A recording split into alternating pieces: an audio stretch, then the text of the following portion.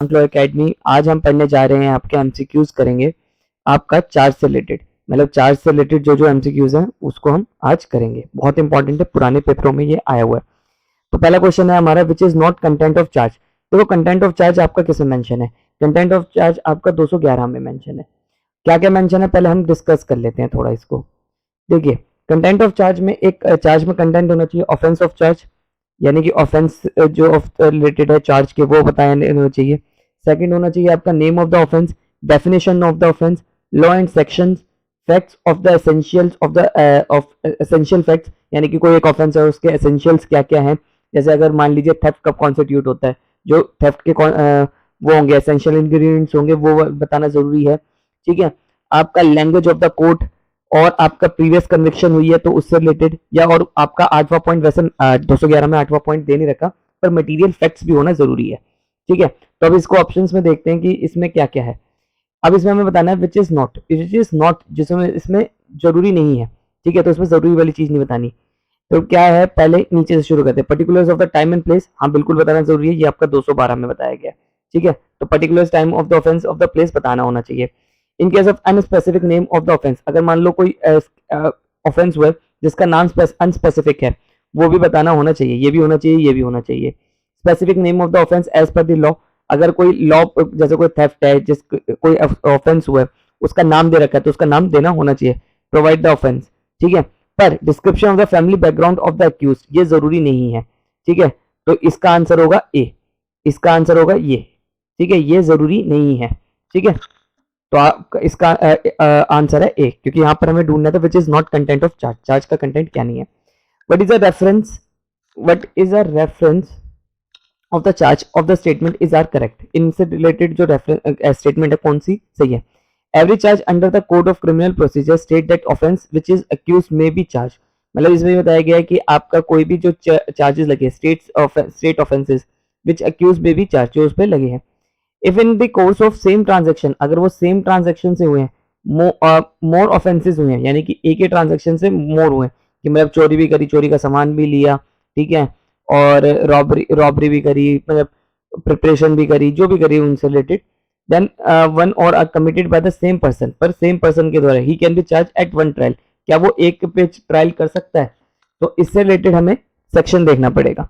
ठीक है, और अब इसकी कॉम्बिनेशंस बनाने, इससे कॉम्बिनेशंस क्या है देखते हैं। बोथ, क्या वन और बात ठीक थी, क्या सेकंड बात ठीक थी? बोथ 1 and 2 सही थी, तो आंसर इज बोथ 1 and 2 सही थी। ठीक है, क्यों?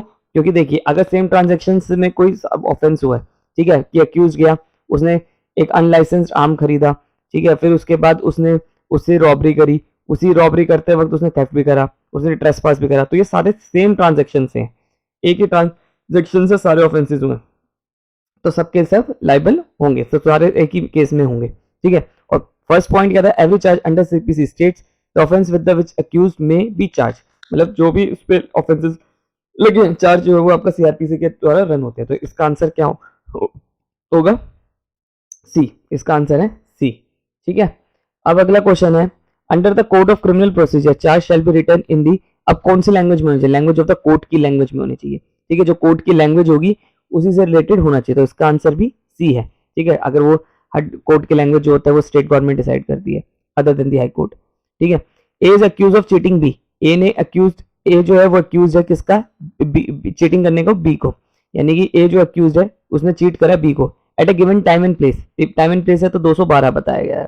212 बताता है particular as to the time place और एंड पर्सन। अब इसमें से रिलेटेड कौन सी बात है? The charge need not set out the manner in which A cheated B, the charge must be set out on the manner which A cheated B. अब देखिए यहाँ पर क्या है कि मैनर की बात भी करी गई है, तो जो मैनर की बात आती है वो आपका 213 में आती है। ठीक है, तो टाइम प्लेस और आपकी ये दोनों साथ में, ये क्वेश्चन जो है वो 212 और 213 दोनों की बात कर रहा है, तो 213 मैनर की बात करता है, किस मैनर से चोरी करा, जैसे चीटिंग करी। जैसे मान लो आपको एक एग्जांपल देता हूँ कि मैंने एक व्यक्ति को चीट करा, चीट कैसे करा?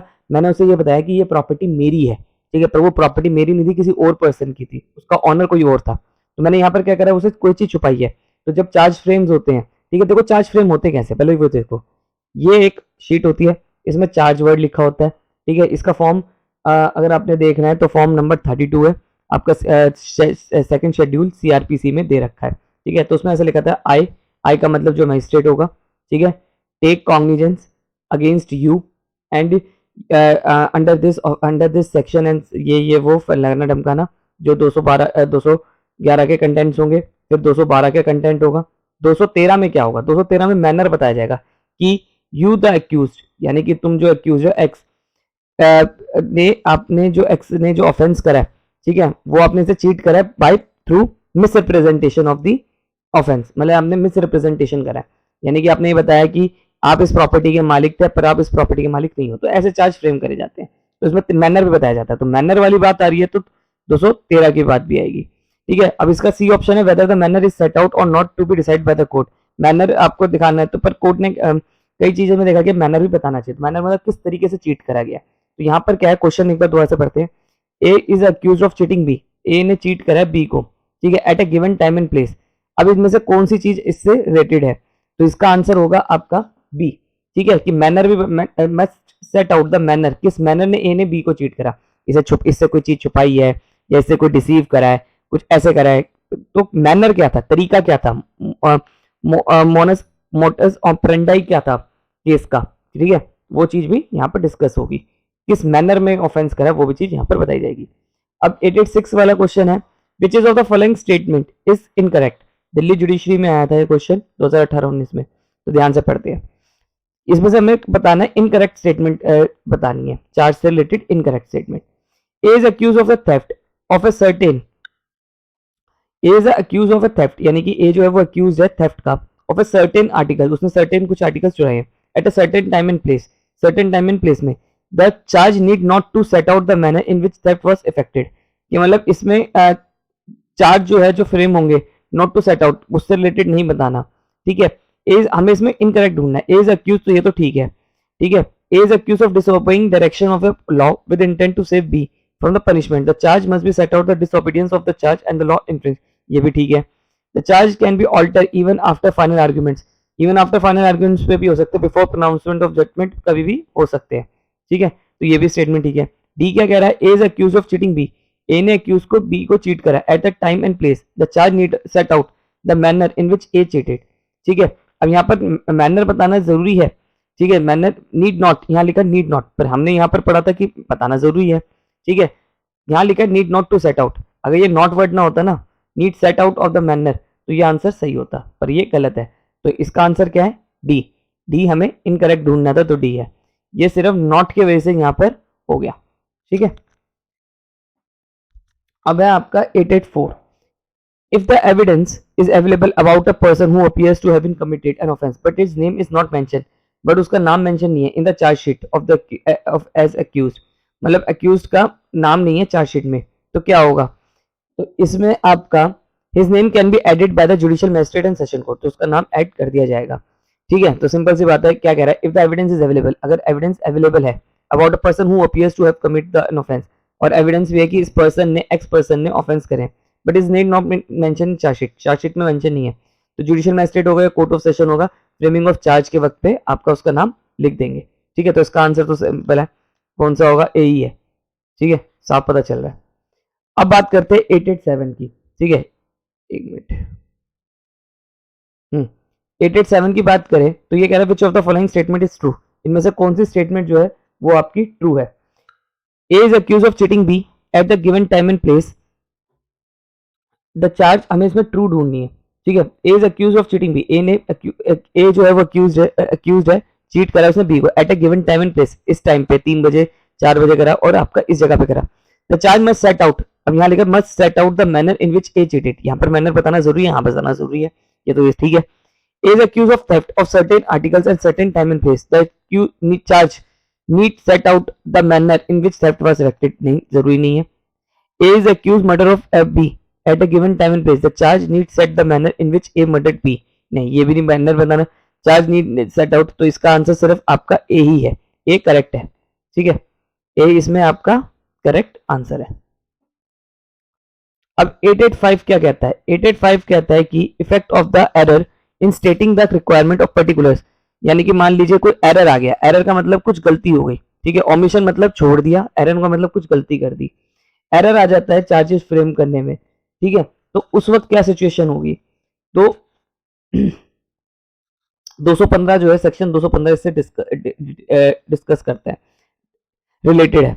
Required particulars in the charge shall be regarded material error under which of the following. अब इसमें से कौन सी चीज आपका है? तो 885 बात करता है आपका कि,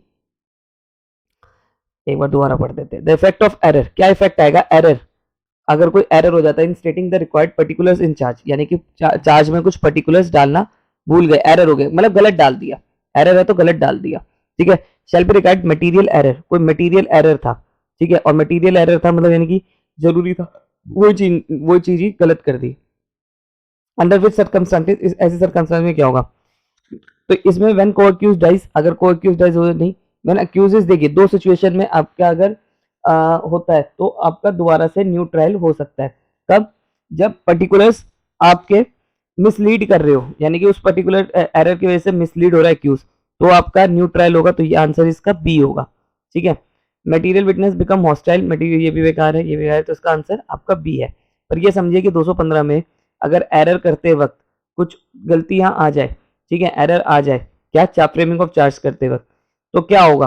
तो आपका दोबारा से चार्ज जो प्रोसीडिंग होंगी वो वाइटेड नहीं होंगी, खत्म नहीं होंगी। बट अगर ऐसी कोई चीज की वजह से जिससे एक्यूज मिसलीड हो रहा है, ठीक है, इसका आंसर तो बी है, मिसलीड हो रहा है या इंटरेस्ट ऑफ जस्टिस की बात आ रही है, तो आपका दोबारा प्रोसीडिंग चलाई जा सकती है, ठीक है। तो इसका आंसर बी है। अब 888 की बात करते हैं, इसकी बात करें विच is not a following correct, इसमें से कौन सी चीजें करेक्ट नहीं है, ठीक है, तो इसमें हमें नॉट करेक्ट ढूंढना है, ठीक है। कोर्ट में alter or add charge at any time before the announcement, ये तो ठीक है, ठीक है। There shall be a separate charge for the district conference, बिल्कुल ठीक है, आपका 218 बात करता है इसके रिगार्डिंग, ठीक है। और बिफोर प्रोनाउंसमेंट ऑफ जजमेंट, ये बात करता है आपका 216, 216 इससे रिलेटेड बात कर रहा है इसे, और भी any number of offense of same kind in year can be charged together, uh, any number of offense में same kind in a year can be charged together, ये थोड़ा सा दिक्कत दे रहा है। एक बार डी वाला पढ़ते हैं, offense are of the same kind when they are punishable with the same amount, ये भी ठीक है, अगर सेम अमाउंट ऑफ पनिशमेंट है और वो है तो वो भी आपका गिना जाएगा। 219 बात कर रहा है इस रिगार्डिंग, ठीक है। तो पर इसमें से कौन सा आंसर हुआ? सी हुआ इसका आंसर, क्योंकि सी जो है वो गलत है, ठीक है, क्योंकि हमें नॉट करेक्ट ढूंढना था, तो इसका आंसर सी है।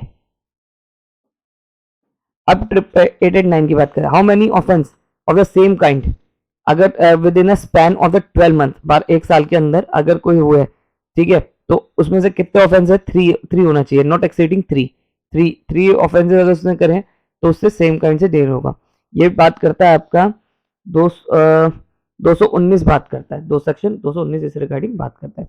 During the framing of charges, during the framing of charges manner was not mention, अगर मैनर मेंशन नहीं करा गया, ठीक है, बाय द मैजिस्ट्रेट के द्वारा, however the accused was not misleading, पर उसकी वजह से अक्यूज मिसलीड नहीं हुआ। Is there any error in the framing of charges accordingly charge में be question? No, answer is no. 890 का आंसर क्या होगा? नो। अगर मान लो अक्यूज अगर मिसलीड हो रहा है तो फिर क्वेश्चन हो जाएंगी प्रोसीडिंग्स, पर अगर अक्यूज मिसलीड नहीं हो रहा, इंटरेस्ट ऑफ, देखिए अगर चार्ज को करते वक्त एरर आ जाए, चार्ज फ्रेमिंग करते वक्त अगर एरर आ जाए, ठीक है, तो क्या प्रोसीडिंग जो होगी वो वाइटेड हो जाएंगी, यानी खत्म हो जाएंगी? Answer is no. बट दो सिचुएशन है जब आपका प्रोसीडिंग वाइटेड हो जाएंगी, यानी कि खत्म हो जाएंगी। कब? अगर उन चार्जेस की वजह से एक्यूज मिसलीड हो रहा है, ठीक है, तो हो जाएगा अगर एक्यूज मिसलीड हुआ। दूसरा, अगर इंटरेस्ट ऑफ जस्टिस की बात आ जाती है, इसके बिना आगे काम चलेगा ही नहीं, तो आपका प्रोसीडिंग खत्म हो जाएगी, जो भी जजमेंट होगी वो आपकी सेटिस्फाइड हो जाएगी। तो इसका आंसर 890 का क्या है? आपका नो, ठीक है। एरर और omission in framing of charges, अब एरर और ओमिशन से रिलेटेड बात करें तो क्या होगा? Is material all circumstances shall be vitiated the trial? No. Is material only if has occasioned and the failure of justice to be accused, तो सिर्फ बी। वही वाली बात आ गई, अगर मटेरियल है और ओकेजन है तो फेलियर ऑफ जस्टिस की बात है, तो एरर और ओमिशन का एक्यूज असर पड़ेगा, तो इसका आंसर आपका बी होगा, ठीक है, बी इसका आंसर है। द कोर्ट में ऑल्टर द चार्ज, किस स्टेज पे आपका court? Before the pronouncement of the judgement, judgement को प्रोनाउंस करने से पहले आपका कर सकती है, ठीक है, तो इसका आंसर होगा D. When ever there is alteration, अगर कोई अल्ट्रेशन होता है या एडिशन होता है, यानी कि कोई चार्जेस फ्रेम हुए उसमें से हटा के दूसरा चार्ज फ्रेम कर दिया, या कोई इन एडिशन चार्जेस फ्रेम कर दिया, after the commencement of the trial, the accused shall be allowed to recall and re-examination of the witness or call further witness. How in this interpret this? क्या वो बुला सकता है? अब इसका answer देखिए, इसका जो सेक्शन है, इसका सेक्शन है आपका 217। 217 इससे रिलेटेड बात करता है, ठीक है। अब वो क्या बात करता है कि राइट ऑफ एक्यूज, तो ये राइट है एक्यूज का कि वो बुला सकता है किसी भी सम्मन्स करके विटनेस को। मान लो उसके ऊपर ये चार्ज एडिशन 223 का चार्ज उसके ऊपर और लग गया, ठीक है, केस चलते चलते। अब इससे रिलेटेड कोई भी वो विटनेस को ट्रायल के लिए बुला सकता है और दोबारा से उसका क्रॉस एग्जामिनेशन कर सकता है। ये राइट है किसका? एक्यूज का। तो इसका आंसर क्या है? ए, ठीक है। अगर ऑल्ट्रेशन और एडिशन हुए तो 217 के तहत वो किसी भी विटनेस को सम्मन करके दोबारा बुलाया जा सकता है। In case of the supreme court observed that we are unable to find out any magic or charm in the ritual of a charge, it is a substance of this provisions relating to the charge that count and not their outform to hold the otherwise, only to provide avenues or escape for the guilt of the effort and no protection to the innocent. The court may add the observation in the relation to be joinder of the charge. Alteration of charge, इसका answer है alteration of charge। 895 any court may alter at any charge before pronouncement of judgment, इसका answer होगा D.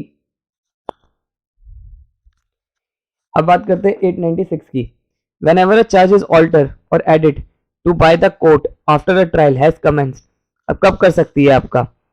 इसका answer है आपका the prosecution has right to recall अब resummons any witness. अब prosecution के पास भी राइट है और अक्यूज के पास भी, who has already been examined. अगर मान लो कोर्ट जो है वो ऑल्टर करती है, एडिट करती है चार्जेस को after the trial, after trial commencement, trial commencement होने से, शुरू होने से पहले, तो कर सकते हैं क्या? हाँ बिल्कुल है।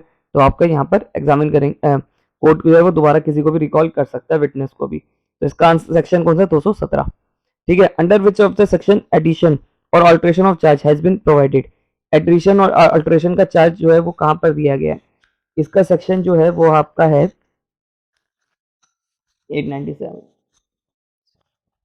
216 में। 216 बात करता है। 214 क्या बात करता है? Words in charge take in sense of law offence is punishable. ये तो बात कर रहा है सेम ऑफेंस है सेम पनिशमेंट है, तो वो एक जगह से माना जाएगा। 215 एरर से रिलेटेड बात करता है। 216 बात करता है कोर्ट में ऑल्टर चार्ज। 216 ही बात करता है आपका कि ऑल्टर हो सकते हैं चार्ज, तो 216 इसका सही आंसर है। और 218 बात करता है separate charges for separate distinction, ठीक है। अब 216 क्या कहता है? 216 आपका बात करता है alteration addition of the charges. Under 216 the court has power to add charge already framed, alter the charge already framed, add to alter the charge, both दोनों कर सकती है। तो 898 का आंसर आपका क्या है? डी, ठीक है। 216 में ऐड भी कर सकती है, ऑल्टर भी कर। ऐड का मतलब नया कोई लिया है, ऑल्टर का मतलब पुराने को हटा के कुछ नया ले लिया। 901 क्या कहता है? 901 कहता है कि एनी डिफेक्ट इन चार्ज, अगर कोई चार्ज में डिफेक्ट आ जाए, can be cured by amending it. अब कोई उसमें कोई गलती आ गई है, कुछ आ गया, तो क्या होगा? तो इसका है आंसर, सीधा आंसर कहते हैं can be cured by amending it. उसमें हम अब क्योर कर सकते हो अमेंड करके। And it with direction of the retrial और if such amendment causing prejudice of the accused. और रीट्रायल भी हो सकता है अगर उसके वजह से उन गलती के डिफेक्ट की वजह से आपका प्रिजुडाइस हो रहा है एक्यूज के ऊपर, मतलब एक्यूज को कोई प्रॉब्लम फेस करनी पड़ रही है। तो इसका आंसर है डी, ठीक है। 902 कह रहा है कि क्रिमिनल एड एंड ऑल्टर कौन से में होता है? 216 में होता है, ठीक है। 216 बात करता है। 211 आपका कंटेंट ऑफ द चार्ज की बात करता है। 212 आपका टाइम एंड प्लेस की बात करता है चार्ज फ्रेमिंग के बाद। 215 आपकी बात करता है इफेक्ट ऑफ एरर, ठीक है। पर इसका आंसर क्या है? D. When can charge be framed? अब चार्ज कब फ्रेम करे जाते हैं? At the stage but before the judgment, मतलब आपका एट एनी स्टेज, किसी भी स्टेज पर, but before the judgement, judgment होने से पहले, ठीक है। At any stage subject of permitting the cross examination time पे, at any time in the offence exclusive trial by the court of session court, but case tribal bye judicial magistrate with in 3 months after taking the cognizance of the case. तो कब होते हैं आपके हिसाब से? इसमें answer है B, at any stage but the permitting the cross examination of the prosecuting witness, ठीक है, can be framed, यानी कि बी इसका आंसर है। कोर्ट में alter the charge framed against the accused, अब before beginning the prosecution at any time, D होगा इसका, 903 का आंसर डी है, किसी भी टाइम में पर before the pronouncement of the judgment. Any court में alter at any charge any time before pronounce the judgment is pronounced, judgment is pronounced, C इसका answer. Abhijit charge under section 242, अब अभिजीत है उस पर चार्ज लगे 242 का ऑफ द इंडिया आईपीसी का, ठीक है, with having been possession of counterfeit coins, उसके पास काउंटरफिट कॉइन्स मिले, and known at the time when he become possessed there such coins was counterfeit, the word fraudulently being omitted in the charge। अब वो जो 215 में से वो fraudulently word हटा दिया गया, ठीक है। अब यहाँ पर उसमें एरर था, तो क्या होगा? If it appears Abhijit was in fact misled, the error shall be regarded as material। अगर अभिजीत जो है उस एरर के वजह से मिसलीड हो रहा है, ठीक है, तो आपका उसका दोबारा केस चलाया जा सकता है। If it is appeared that Abhijit was deliberately misled by this omission, तो अगर deliberately करा है तो दोबारा से नहीं होगा। Unless it appears that Abhijit was in fact misled, the omission error shall not be regarded as material। तो मान लो उसको उससे कोई फर्क नहीं पड़ रहा, मिसलीड नहीं हो रहा, तो दोबारा से कोई चार्ज नहीं होगा, तो इसका आंसर क्या होगा? सी। अब बात करते हैं आपका, Aman is a charge with cheating Benny.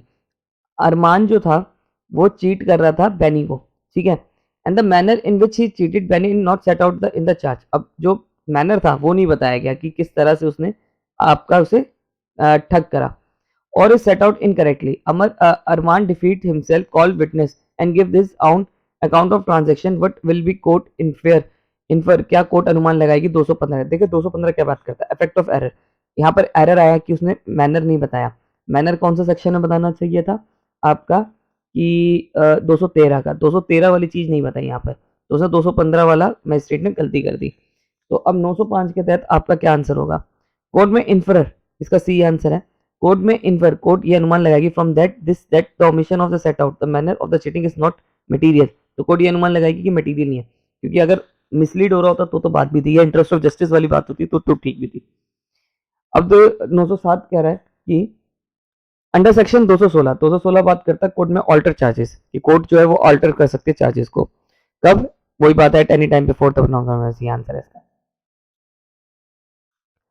When alteration of charge is permissible as per the code of criminal procedure, कब वो कर सकती है? When alteration of charge is permissible, कब परमिसिबल है? सबसे simple, before the pronouncement of judgement. इसका भी आंसर आपका बी है।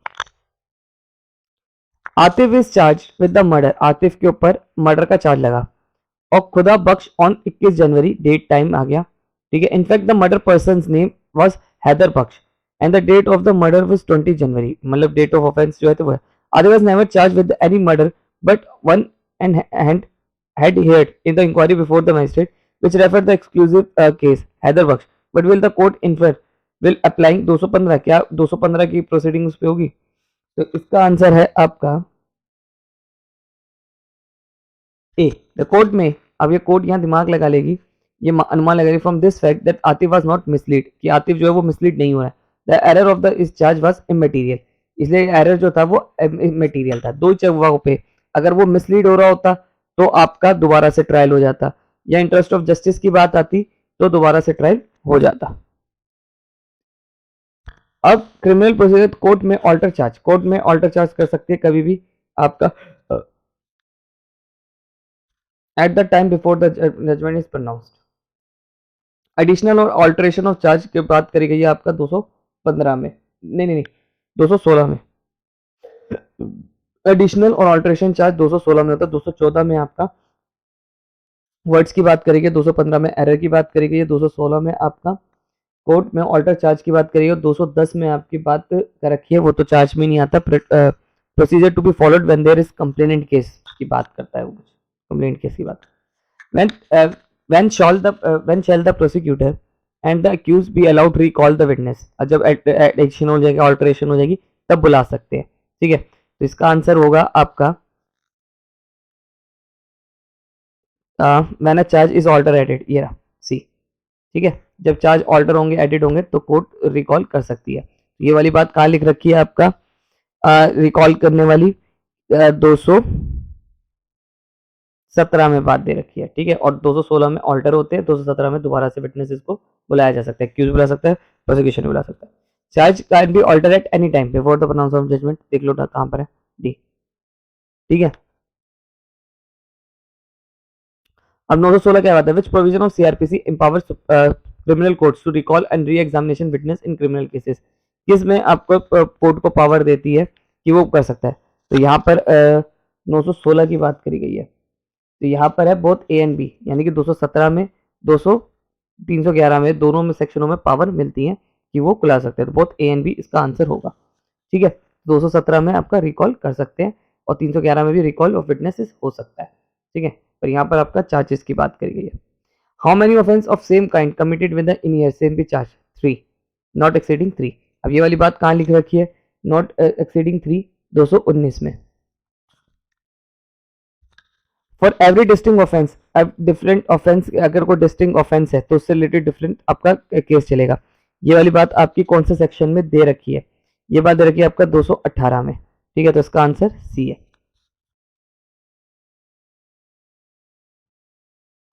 विच of the following is not correctly matched, कोई करेक्टली मैच कौन सा नहीं है, एफआईआर कॉग्निजेबल केस की ये बिल्कुल मैच्ड है, 44 अरेस्ट बाय मैजिस्ट्रेट ये भी करेक्ट है, कंटेंट्स ऑफ द चार्जेस ये भी करेक्ट है, trial of more than one offence section 218 D, ये नहीं है, ट्रायल मोर देन ऑफेंसेस का है आपका, ये वाला गलत है, 218 बात करता है आपका सेपरेट की, सेपरेट चार्जेस की बात करता है, सेपरेट 218 बात करता है आपका separate charge for distinct offence, अगर सेपरेट चार्ज है तो उसका सब जनरल रूल बात करता है, ठीक है, तो इसका आंसर आपका है डी। अब 917 क्या बात कर रहा है, how many offence of the same kind committed with an year may be charge together, 3 years, ठीक है, not exceeding 3 years।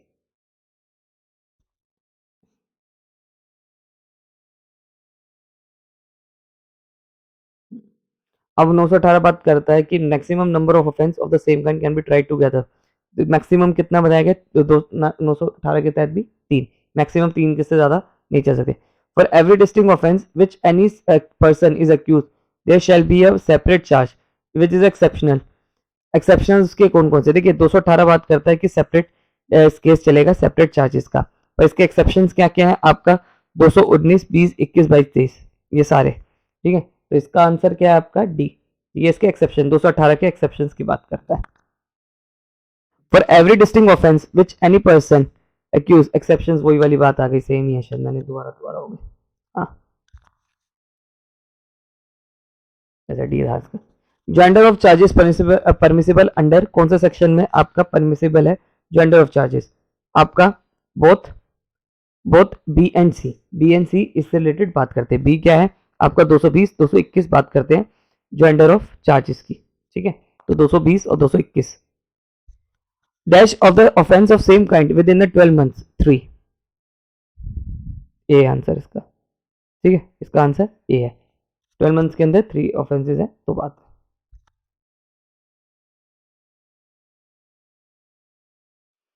If a series of act are so connected, अगर सीरीज ऑफ एक्ट है are so connected together connected है, same transaction से है, ठीक है, and more than one offence is committed, और एक ऑफेंस कमिटेड हो रहा है, तो यहाँ पर क्या होगा, ठीक है, यहाँ पर है, इसका आंसर इसे डिस्कस करते हैं B, he shall be charge with every such offence at same one of trial of the same offence, तो वो he shall be charge with every such offence and tried one trial, एक ही trial में होगा अगर same transaction से निकल के आ रहे हैं तो। अब बात करते हैं आपका if an accused is charge for a major offence but when of the establish he can not held guilty of the major offence, ठीक है, तो इसका आंसर है C, but what person may be charge jointly and try together under section 223, 223 से related आपका क्या बात करता है, 223 बात करता है आपका but what person may be charge jointly, कौन से पर्सन है जो ज्वाइंटली चार्जेस होंगे, ठीक है, तो इसका आंसर है आपका 926 का डी, ऑल द अबव। 923 923 हो चुका है, नहीं, ज्वाइंट ट्रायल कितना रह गया अब,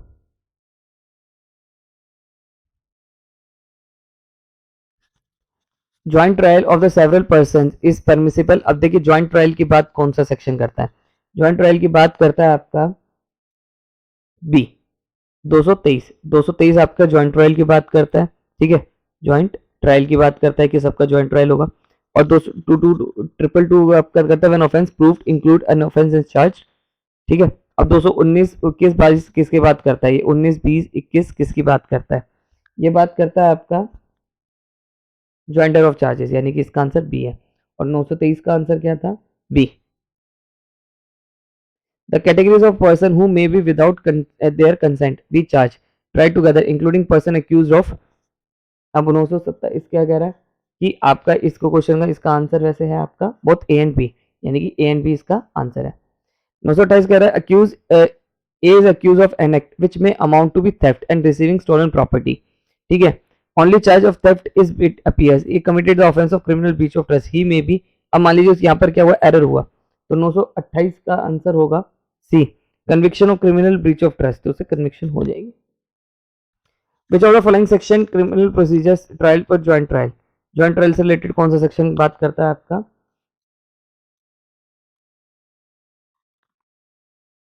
223। एक अक्यूज इन, ये भी आपका सेम ही था, ठीक है। इसका आंसर है 930 का आंसर है आपका ए। विच ऑफ द फॉलोइंग 223 200 भाई joint trial not not providing जो, अच्छा not provide joint trial, joint trial के बाद कौन सा सेक्शन नहीं करता आपका डी, 225 बात नहीं करता ज्वाइंट ट्रायल की। 225 बात आपका trial by the conduct bye prosecutor वो सेशन ट्रायल में। When a person is accused of the same kind same offence and same kind similar nature, same kind of the same kind, इसका answer same kind होगा, ठीक है। I hope आपको मेरी video पसंद आई हो।